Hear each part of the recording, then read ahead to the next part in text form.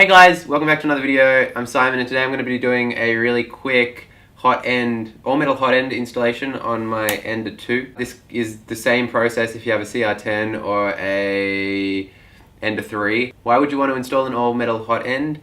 Well, this PTFE tube that they use in the stock hot end starts getting a bit nasty if you heat it above about like 250, 255 and can release some quite toxic nasty fumes. So if you're going to be printing hotter filaments like PETG, or you could even go like nylons and stuff like that, you will probably want to upgrade your hot end. I've been printing a lot of PETG and I've been pushing the sort of limits. And yeah, why take the risk? And also I saw these on Aliexpress. This is an all metal hot end that's the same design as the stock hot end. It's super cheap. I think this one cost me $8 to get it shipped to me. I ordered one about a month ago for another Ender-2 that I was printing with, and it worked really well. I was surprised. It was really cheap. I think it's cheaper than getting the replacement stock hot ends from Cr-10 actually. So it might be worthwhile just to swap all your printers over once your original hot end dies. This install is super easy. It's going to be the same for Ender-2s, Ender-3s and the Cr-10. They all use the same hot end setup and it's the same screw sort of structure. It's a really great upgrade. I was really surprised by how well it worked for, I think it was $8.50 that it cost me. I guess I should run through what you get in the bag from China. It comes with a thermistor and a heating cartridge. We've got that there, and then it also comes with the hot end structure itself. We've got this little bit here, that's your heating block. And we've got the cooling part. Forgot my words. Things you'll need, they include Allen keys, but you will also probably need a pair of cutters and some extra zip ties for when you zip tie it all back together. And also you will need a little flathead screwdriver for the changing over the wires on the main board. So yeah, I think I'll just go about assembling this hot end. First thing you'll want to do is attach your thermistor and heater cartridge. So you kind of want to just copy the way it originally is stock. So you've got the wires coming up on the left side if you're sort of looking at the front, or the right side if you're looking at the front, sorry. Them in there like that. And then you want to get a small Allen key and tighten these bolts down. Alright, so I've screwed them in. I'm not too happy with the way that sits in there, that thermistor cable, how it's been having to bend around, but that was just the way it came from the factory, and I think it'll be alright. Next you'll want to attach this cooling block. I just want to screw that in there. Oh! One thing you might need, some pliers. Forgot about this. There we go. It's nice and secured in there. It's down here, and now I will disassemble this hot end. So it's just a few more screws that you have to undo. Alright, now I've got the hot end off. You want to watch out for these screws so you don't lose them. You want to take off this cover where the screen is. And when it comes to these screws, so these, you want to undo this one, and this one. You don't want to touch these inner four because they actually hold the screen in. Alright, there we go.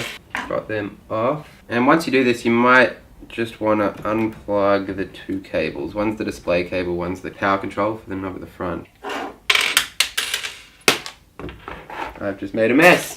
Alright, so now I've got down to the main board here. Make sure you're not plugged in, of course. There's some zip ties here that you might want to just cut off so you can get a better access at these cables. Alright, so you'll want to replace, or you want to unplug these ones for the heat cartridge. And yeah, this one here, that one's for the thermistor, for the extruder. So you just want to unplug those. And also just unplug this one for the fan, just because it'll make it easier. You want to get your flathead and just unscrew these red, they're kind of funny looking cables. So yeah, now you're free. What you want to do here is take all of your cables outside of this sleeve. See, look, they come out really easily. Putting them back in is a nightmare. I'm going to steal the PTFE tube from this old extruder. You can get fresh PTFE tube if you like. Unfortunately, it doesn't come, these super cheap hot ends don't come with their own PTFE tube. I know when you order the replacement ones from Cr-10, they include the PTFE tube. But yeah, no, if your hot end still works, I'd recommend just kind of chucking it in a box somewhere and keeping it for a rainy day. When you get a new Creality printer and you heat them up for the first time, there's this really strong melty plastic smell. And I just didn't get that with the all metal one. Yeah, it was just nice not to worry about the temperatures. Yeah, so our PTFE tube just goes down in there. And you'll feel it. It goes about halfway, whereas with the old one it was going all the way down. Alright, so I think it's time to re-sleeve these using this awful snake cabling thing. You kind of want to compress it so it's wide so you can get the cables in there, but then you got to get the tip in first. Which now it's in there, we kind of have to just wiggle it down. Alright, sweet, that's in there now, so I will attach these connections to the motherboard now. You want to, I don't know, you can attach whichever one you like first really. But yeah, you want to plug the fan in, and then you want to plug the thermistor in. I don't know if you can see that, but they've given us a different plug attachment there. I'll just go with it and plug it in. I think it still works. Lastly, you want to attach the heat cartridge wires. It doesn't matter which way you align these. It'll work either way.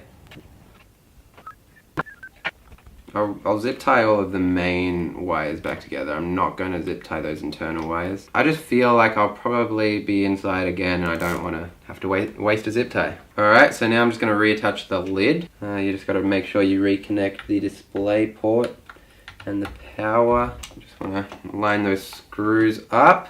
Alright, got that done now. Now we just got to reattach this head. Now, a quick thing that I was going to mention. This fitting here, for the extruder, where it goes and connects to the PTFE tube, you'll want to probably buy a whole bunch of replacements for these if you own Ender-2s, Ender-3s or Cr-10s, because basically any time that you have to service that part, you won't be able to get them back out. So yeah, I bought a whole bunch of them, bought like 20 here, 25, and yeah, they're super cheap on Aliexpress. I think I paid like $3 or $4 for 10 of them.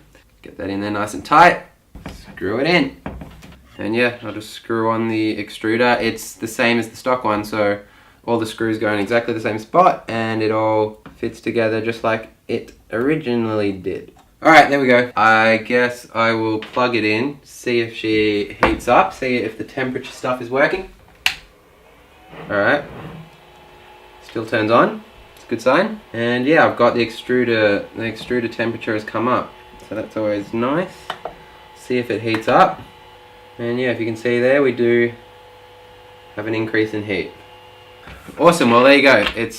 That took me just under 45 minutes to do. It's pretty quick, pretty easy, very cheap. I hope you enjoyed this video. Subscribe for more stuff like this, and I'll see you in the next one.